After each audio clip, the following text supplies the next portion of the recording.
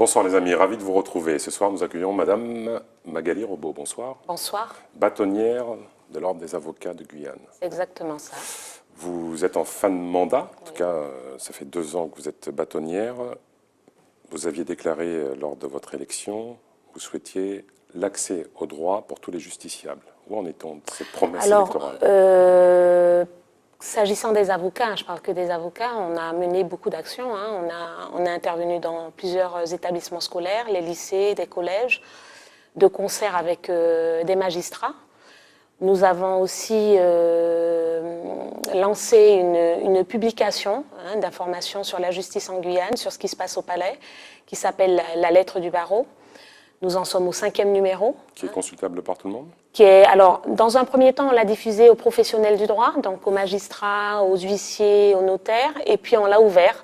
On l'envoie à certains établissements scolaires, on l'envoie à la CCIG, à la CTG, aux mairies. Et c'est un document qui est accessible pour tout le monde? Oui, oui. Ouais. Alors, chaque fois qu'on a un numéro qui sort, on a comment dirais-je, un répertoire qui s'élargit.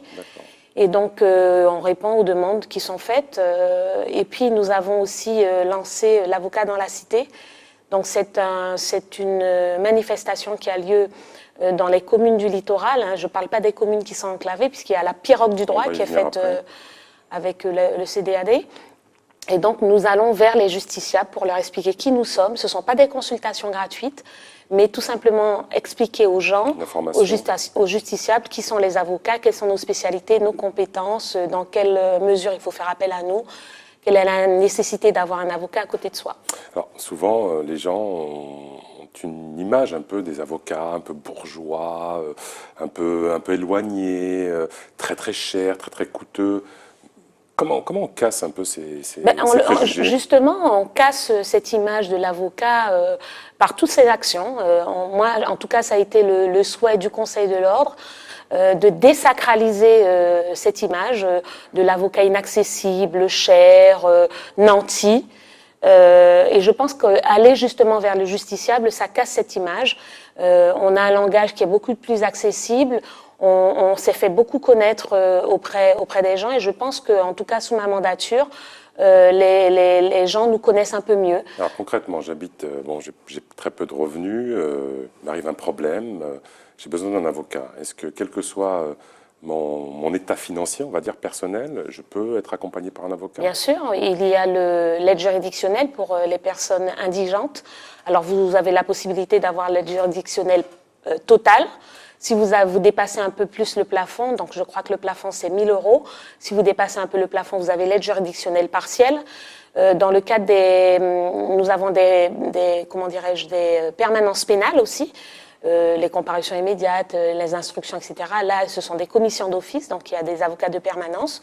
Je l'ai indiqué lors des différentes rentrées solennelles que nous avons eues, tribunal de grande instance et cour d'appel, que nous mobilisions par mois à peu près 70-75 avocats, c'est-à-dire quasiment le barreau entier. Voilà.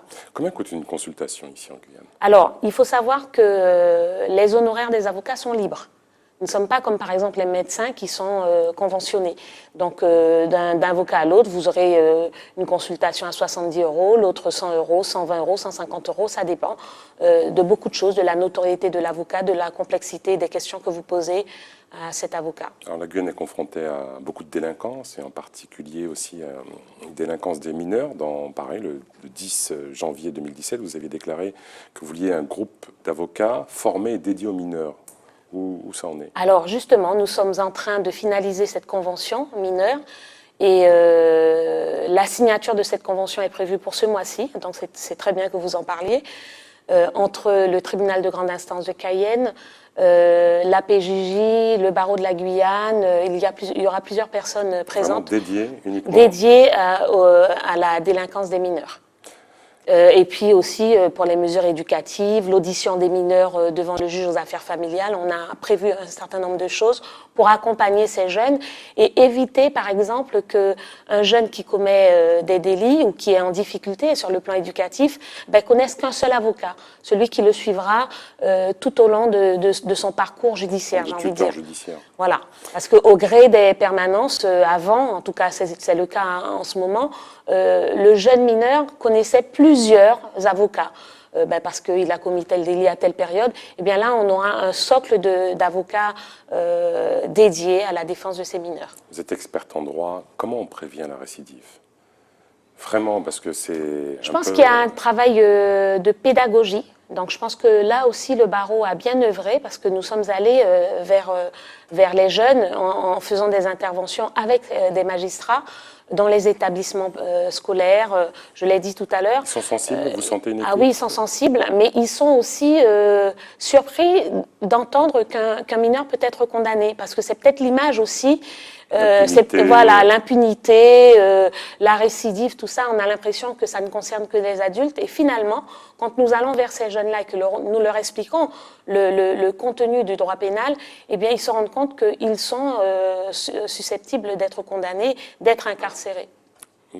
Vous êtes une des figures emblématiques du collectif pour la Guyane décollée. Vous appartenez toujours au collectif? Non, nous sommes sortis du collectif, mais nous sommes sur le territoire guyanais, nous sommes partie prenante aux accords, et nous avons d'ailleurs un pan de ces accords qui concerne la sécurité et la justice, et nous sommes très vigilants sur ce suivi.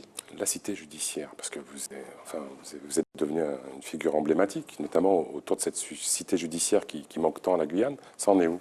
Alors, pour l'instant, il y a des prospections foncières qui sont organisées par le ministère de la Justice. Et nous, les avocats, les magistrats aussi, nous sommes très vigilants sur les avancées. Je rappelle quand même que la cité judiciaire, c'est quand même l'Arlésienne, puisque en 2000, en 2000, c'était déjà acté. Il y avait eu 17 ans. Et vous-même vous le dites, 17 ans plus tard, il n'y a plus rien. Donc je pense qu'on a un peu dormi sur le dossier. Nous avons peut-être fait confiance aux autorités publiques, et là, il nous appartient, nous les avocats, les magistrats, le monde judiciaire et juridique, il nous appartient d'être vigilants sur le suivi et sur la réalisation de ces promesses. Allez, le format de l'émission est court. Rapidement, la pirogue, parce que je sais que c'est un des champs qui vous intéresse. La pirogue des droits, c'est quoi?